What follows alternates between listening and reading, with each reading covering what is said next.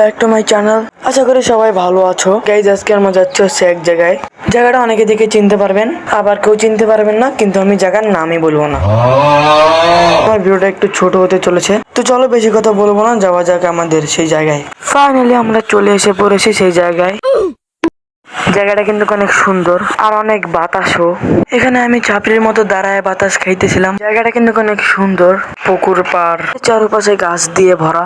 মনে হইতেছে আমি যেন গ্রামে এসে পড়েছি। চলো এখানে একটু আপনাদেরকে ভিউ দেখানো যাক।